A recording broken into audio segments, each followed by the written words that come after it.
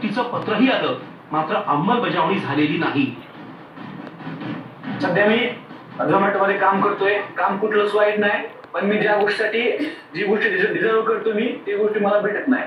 मी मुंबई म्हणजे पोलीससाठी मी तयार माणूस आहे, पण मला ती गोष्ट भेटली नाही. ते कशामुळं? काही आपल्या पोलीस पेपर फुटीमुळं आणि बोगस प्रमाणपत्रांमुळं हे गोष्ट पण महत्वाची असते. आणि असा विषय झाला की आता मी जर समजा आता पोलीस समितीला डॉक्युमेंट घ्यायला गेलो आयुक्तालयाला, तर मला ते देत नाही. कारण की ते बोलतात जर तुमचं डॉक्युमेंट दिले वापस तर तुम्ही भरतीतून बाहेर जा. आता 7,500 मध्ये 1 नोव्हेंबर 2022 ला फॉर्म सुरू झाले होते. त्याच्यानंतर ती प्रक्रिया आता 1 वर्ष गेलं त्याचं फॉर्म चालू आहे. तिथे मध्यंतरी घोटाळा झाला, पेपर फुटला, त्याच्यामुळे इतका वेळ लागला असं मुंबई पोलिसांकडून सांगण्यात येत आहे. त्याच्या अजून फक्त 7,076 मुलांपैकी फक्त 1,500 मुलांना आतापर्यंत फक्त बोलवलेलं आहे मुख्यालयाला.